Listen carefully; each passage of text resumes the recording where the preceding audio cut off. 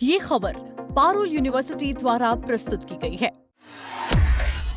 क्या आप जानते हैं कि भारत में मौसम कितना खतरनाक हो चुका है? साल 2025 में खराब मौसम ने हजारों लोगों की जान ले ली है।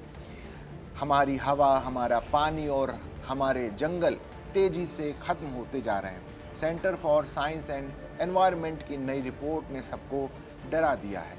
नमस्कार, मेरा नाम है अंशुल शर्मा और आप देख रहे हैं दैनिक जागरण। विश्व पर्यावरण दिवस 5 जून को मनाया जाता है। ऐसे में 4 जून को centre for science and environment और डाउन टू अर्थ पत्रिका ने अपनी सालाना सांख्यिकी report state of India's environment 2026 in figures जारी की है। सरकारी आंकड़ों पर आधारित ये रिपोर्ट बताती है कि हमारे देश में जलवायु, पानी, हवा और जंगलों की स्थिति लगातार बिगड़ती जा रही है। इस रिपोर्ट को जारी करते हुए CSE के महानिदेशक सुनीता नारायण ने कहा है कि हमारे आंकड़ों को कसकर पकड़ना होगा, क्योंकि आप उसी चीज़ को हासिल कर पाते हैं जिसे आप नापते हैं।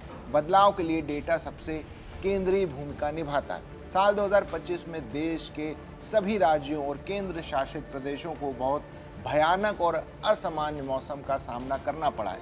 CSE की प्रोग्राम डायरेक्टर किरण पांडे के मुताबिक साल के 99% दिनों में देश के किसी न किसी हिस्से में चरम मौसम दर्ज किया गया।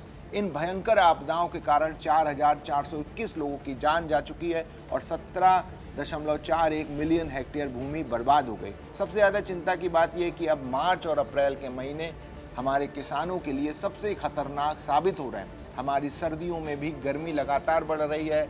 इतिहास में पहली बार ऐसा हुआ है कि फरवरी 2026 में एक भी शीतलहर दर्ज नहीं की गई। इसके ठीक उलट मार्च 2026 की शुरुआत में ही पहाड़ी राज्य हिमाचल प्रदेश को भीषण लू का सामना करना पड़ा। भारत में वायु प्रदूषण का स्वास्थ्य पर असर लगातार जानलेवा होता जा रहा है। दुनिया भर में प्रदूषण से होने वाली कुल मौतों में भारत की हिस्सेदारी साल 2014 के 23.76% से बढ़कर साल 2023 में 25.34% हो गई। वैश्विक स्तर पर प्रदूषण से मौतों का औसत जहां प्रति 1 लाख लोगों पर 114, वहीं भारत में यह आंकड़ा 186 तक पहुंच गया। पिछले एक दशक में बाहरी हवा में मौजूद PM 2.5 कणों के कारण होने वाली मौतों में 61% की भारी बढ़ोतरी दर्ज की गई। राहत की बात सिर्फ ये रही कि घरों के भीतर होने वाले प्रदूषण जैसे चूल्हे के धुएं से होने वाली मौतों में 22% की कमी आई है। इससे साफ ईंधन यानी LPG के इस्तेमाल का बड़ा फायदा दिख रहा है। संयुक्त राष्ट्र की संस्था ने एक बड़ी चेतावनी दी है कि संस्था के मुताबिक दुनिया अब वैश्विक जल दिवालियापन यानी ग्लोबल वाटर बैंकरप्ट के दौर में पहुंच चुकी है, जहां नदियां और भूजल इस हद तक बर्बाद हो चुके हैं कि उन्हें ठीक करना मुमकिन नहीं लग रहा है। भारत के प्रमुख नदी डेल्टा अत्यधिक भूजल निकालने के कारण नीचे धंस गए हैं। पंजाब, राजस्थान और हरियाणा जैसे राज्य रिचार्ज यानी जितना पानी जमीन के अंदर जाता है उससे कहीं ज़्यादा भूजल बाहर निकल आता है। इससे पानी का संकट लगातार बढ़ता जा रहा है। नेशनल स्टैटिस्टिकल ऑफिस के अप्रैल 2026 के आंकड़ों के मुताबिक लगभग 13% भारतीय किसी न किसी बीमारी से पीड़ित हैं। पिछले 3 दशकों में बीमार पड़ने वाले लोगों की संख्या दोगुनी हो गई है।